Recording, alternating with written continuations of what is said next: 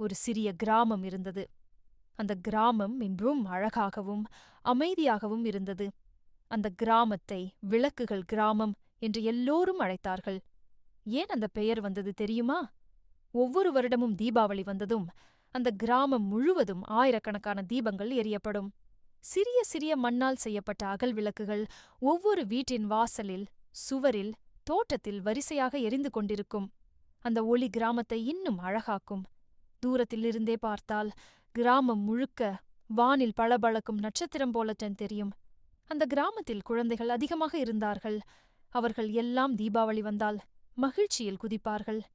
பட்டாசு வாங்க வேண்டும், இனிப்பு சாப்பிட வேண்டும், புதிய உடை அணிய வேண்டும் என்று அனைவரும் ஆர்வமாக காத்திருப்பார்கள். ஆனால் அந்த ஆண்டு ஒரு விசேஷமான சம்பவம் நடந்தது.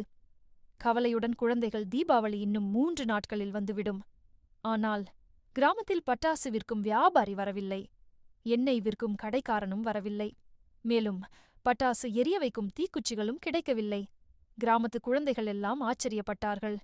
குட்டியனு முகம் சுளுக்கிக் கொண்டு சொன்னாள், அடடா, பட்டாசு இல்லாமல் தீபாவளி என்ன மாதிரி இருக்கும்? அவள் தோழன் அரவிந்த் அவளை ஆறுதல் கூறினான். கவலைப்படாதே அனு, இன்னும் நாளைக்கு வரலாம். எங்காவது தாமதமாகி இருக்கலாம். ஆனால் மறுநாள் வந்தாலும் எதுவும் வரவில்லை. 3ஆம் நாளும் ஒன்றுமே இல்லை. குழந்தைகள் குழம்பி ஓடி ஓடி தாத்தா வீட்டுக்குச் சென்றார்கள். தாத்தாவின் அறிவுரை அவர்களது கிராமத்தில் அனைவராலும் மதிக்கப்படும் பெரியவர் ஒருவர் இருந்தார். அவரை எல்லோரும் தாத்தா என்று அழைப்பார்கள். அவர் வயதானவர், ஆனால் மனதில் எப்போதும் புத்துணர்ச்சி. அவருடைய வீட்டில் அடிக்கடி குழந்தைகள் கூட்டம் இருக்கும். ஏனெனில் அவர் எப்போதும் அழகான கதைகளை கூறுவார். அந்த நாளும் எல்லா குழந்தைகளும் தாத்தா அருகே உட்கார்ந்தார்கள். அனு அழுது கொண்டே சொன்னாள், தாத்தா, இந்த வருடம் தீபாவளி வரப்போவே இல்லை போலிருக்கிறது. எங்களுக்கு பட்டாசும் கிடைக்கவில்லை, இனிப்பும் கிடைக்கவில்லை. எப்படி பண்டிகை கொண்டாடப் போகிறோம்? தாத்தா மெதுவாக சிரித்தார்.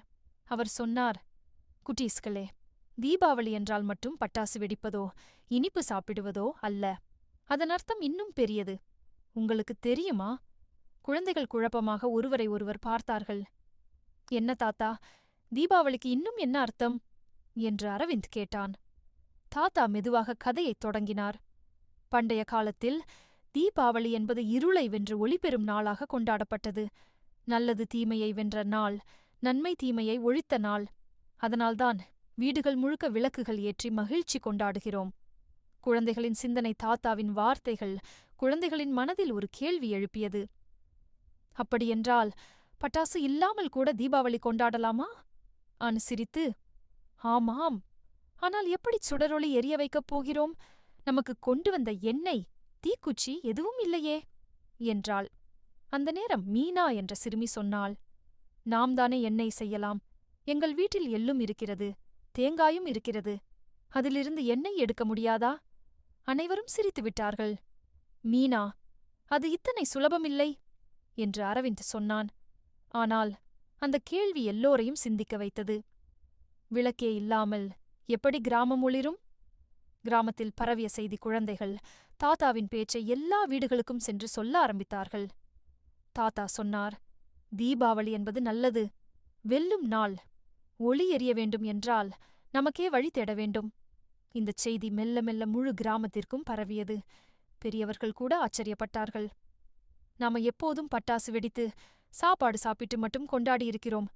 ஆனா உண்மையான அர்த்தத்தை யோசித்ததே இல்லை என்று சிலர் சொன்னார்கள். இரவு நேர கனவு, அந்த இரவு அணுவுக்கு ஒரு விசித்திரமான கனவு வந்தது. அவள் பார்த்தாள். இருட்டான கிராமம், எங்கும் ஒளியே இல்லை. அதிலே ஒரு சிறிய விளக்கு மட்டும் எரிந்து கொண்டிருந்தது. அந்த விளக்கு அவளை நோக்கி மெதுவாகப் பேசத் தொடங்கியது. நான் மாய விளக்கு. என்னை எரிய வைத்தால் உன் கிராமம் முழுக்க ஒளி பரவும். ஆனால் என்னை அடைய நீ தைரியத்தோடு நடக்க வேண்டும். அனு பயந்து விழித்துக் கொண்டாள். ஆனால் அவள் முகத்தில் ஓர் ஒளி தெரிந்தது.